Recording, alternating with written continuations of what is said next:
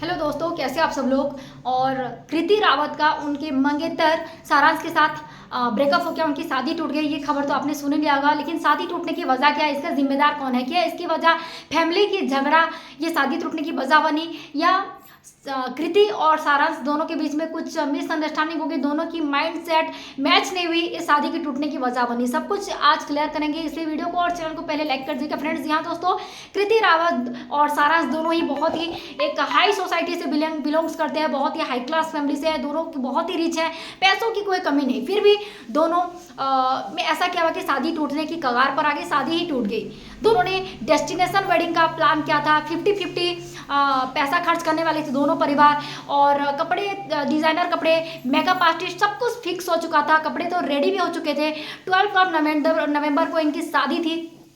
और ऐसे में शादी टूट जाना एक लड़की के लिए बहुत बड़ी बात होती है। कोई भी लड़की पहले आकर के सोशल मीडिया पे हल्ला नहीं मचाएगी, मेरी शादी टूट गई, मेरी शादी टूट गई, कोई खुशी नहीं मनाएगी, बहुत मजबूर हो जाती है लड़की अपनी शादी को तोड़ने के लिए। तो कौन है इसका वजह, तो हो ना हो जो इनडायरेक्टली जो बहुत ही बड़े दिल के हैं, जिन्होंने कहा कि कृति की हम सोशल मीडिया से हम चाहे तो कोई भी उनके तरफ से लड़कों की यहाँ पे कुछ भी बोल सकते रिएक्शन, लेकिन वो लोग मजबूर है, उनका सोशल मीडिया हैंडल नहीं है, लेकिन उसका फ़ायदा उठा के ऐसा नहीं कि हम लोग कुछ भी बोल रहे हैं और उसके बिहाफ में वो लोग ना बोल पाए, तो ऐसा नहीं बोलना चाहिए। हाँ शादी टूट गई, लेकिन मैं उनके खिलाफ में कुछ भी ऐसा वैसा कुछ नहीं बोलूँगी। तो दोनों की गलती है जिस वजह से आज ये शादी टूटी है, ये कहना था कृति का। बहुत ही मिच्योर लड़की है, उनकी ये बात सुन करके मुझे बहुत अच्छा लगा। उसके बाद उन्होंने ये कहा, आपको मैं बस एक ही टिप्स दूंगी कि आप अपनी बेटी की शादी ऐसे घर में मत करिएगा जिनके घर में बेटी ना हो, क्योंकि जिनके घर में बेटी होती है वही एक लड़की की फीलिंग्स समझते हैं। और सारांश घर का एक ही बेटा था, उनकी कोई भाई बहन नहीं थी। ऐसे में वो लोग एक लड़की के दर्द को, लड़की को पालने की, किस तरह से माँ बाप उसको कितने मुश्किल से पाल पोस कर बड़ा करते, किस तरह से एक बहुत ही ध्यान से और बहुत ही मेच्योरिटी के साथ किस तरह से एक लड़की को शादीशुदा देंगे, पढ़ाई लिखाई सब कुछ किया जाता है, उस वे में, उस रास्ते से वो लोग बिल्कुल अनजान है। ऐसे में उस लड़के, उन लोग को लड़के की रेस्पॉन्सिबिलिटी उन लोग को कुछ ना खास नहीं पता। इसलिए आप लोग अपनी बेटी की शादी जहाँ कहीं भी करें, आप लोग मेक श्योर कि आप लोग ये ध्यान दें कि उनके घर में बेटी ज़रूर हो, ये कहना था उनका। दूसरा जो उनका ये था कि दोनों ने 50-50 पैसे के लिए खर्च करने वाले थे डेस्टिनेशन वेडिंग के लिए। तो हो सकता है कि पैसे के लिए एक बड़ा बवाल हुआ हो, कि हो ना हो, आजकल ज़्यादातर होता है कि मेहंदी संगीत एक ही समय लड़का लड़की का साथ में रखा जाता है, जबकि उनके बीच में पैसों को लेकर के झगड़ा होने लगता है कि हम लोग कितना दे रहे हैं, तुम लोग कितना दे रहे हो, इतना दे रहे हैं, हम लोग इतना दे रहे हैं। तो वो भी आजकल बहुत बड़ा बवाल बन रहा है कि पैसों की वजह से शादी से पहले ही शादी टूट रही है, पैसों के खर्च को लेकर के, कि आजकल एंगेजमेंट कर रहे हैं तो एंगेजमेंट का वेन्यू का खर्चा आप लोग, लड़की लोग आधा देंगे, लड़के लोग आधा देंगे। तो ऐसे में पैसों के लेकर के भी पहले से ही शादी के लेकर झगड़ा होने लगे और शादी टूट रहा है। ये पैसों से लेकर के पहले बहुत शादियाँ टूट रही है। दूसरा रीज़न ये है कि कुछ नेट सर्चिंग के हिसाब से मिल रहा है कि सारांश का वो जो पढ़ता था पहले, वहीं पढ़ते टाइम ही जहाँ वो पहले पढ़ता था वहाँ से ही उनकी पहले से ही एक लड़की को वो पसंद करते थे, लेकिन अचानक से उनकी ज़िंदगी में कृति आ गई, उन्होंने मूव ऑन कर लिया और कृति के साथ उनकी एंगेजमेंट भी फिक्स हो गई, रोका हो गया। ऐसे में वो लड़की को वो भूल नहीं पाते थे जिसके साथ वो पहले साथ पढ़ाई करती थी। और ये बात कहीं ना कहीं वो कृति सोशल मीडिया पर बोल नहीं पाई।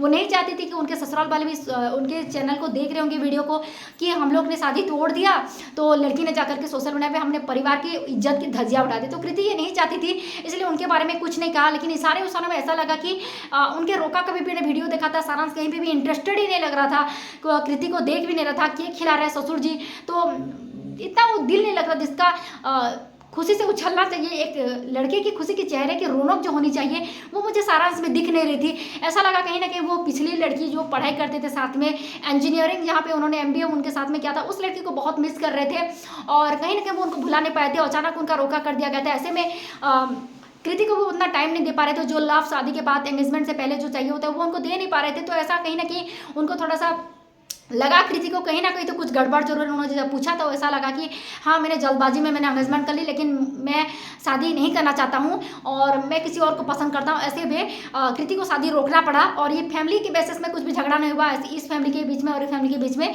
तो जो इनका नाम है सारांश सिंह किसी और से पसंद करता था और आखिरी में ये बात कृति को पता चलती है और जो एक्सपोज होते हैं सारांश, लेकिन ये बात कहीं ना कहीं मजबूर होकर के कृति बता नहीं पाई।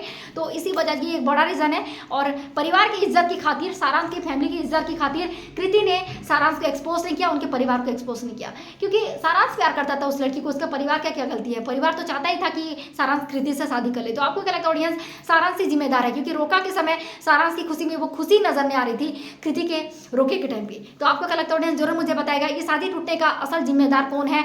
जो 12 नवंबर को शादी होने वाला था और कुछ ही समय से पहले दोनों कपल इतने प्यारे दो साथ में लग रहे थे और दोनों टूट गए शादी। तो आपको क्या लगता है ऑडियंस, जरूर मुझे कमेंट करके बताएगा। ये वीडियो पसंद है तो वीडियो को जरूर लाइक कर दीजिएगा, क्योंकि हमारे चैनल में सारी ब्लॉगिंग चैनल के जबरदस्त रिएक्शन यहाँ देखने को मिलते हैं, इसलिए चैनल को प्लीज लाइक और सब्सक्राइब कर दीजिएगा। Thank you so much, love you all.